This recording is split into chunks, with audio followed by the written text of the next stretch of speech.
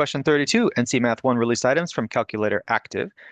The choices below are data sets. In the choices, W is a constant. Each choice has the same mean. Which choice has the greatest standard deviation? Read through the answer choices, pause and try before moving on. Okay, we're going to answer this in 3, 2, 1. First, draw out a plot. Draw 4 number lines, and these are going to be dot plots that contain all of these data points. Now, let's just let W be in the middle, and you can go 1 below, 2 below, 3 below, 1 above, 2 below, 3 above, and simply plot those points.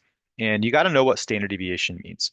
So standard deviation is like the typical distance from the mean, about how far spread out the data is.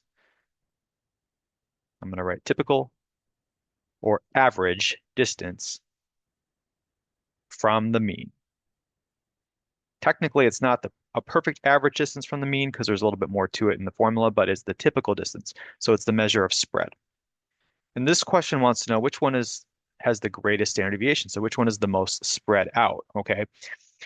You may be able to do this without even crunching any numbers. If you look at the data points here, the ones that are furthest spread apart appear to be these ones. You have this W minus 3, W plus 3, W plus 1, W minus 1, and W.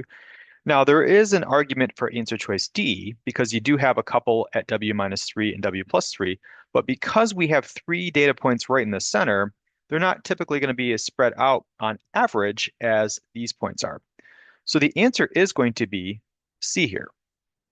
The one with the least standard deviation is the one that's kind of more uniformly spread out, which would be answer choice A. Now, you can actually do this with Desmos. So if you're kind of still stuck on seeing it, the operation for standard deviation is ST for standard, DEV, STDEV, parentheses. Now, let's just call W 0. And you can make these numbers -2, -1, 0, 1, 2. And so if W were 0, that would be the standard deviation for that set.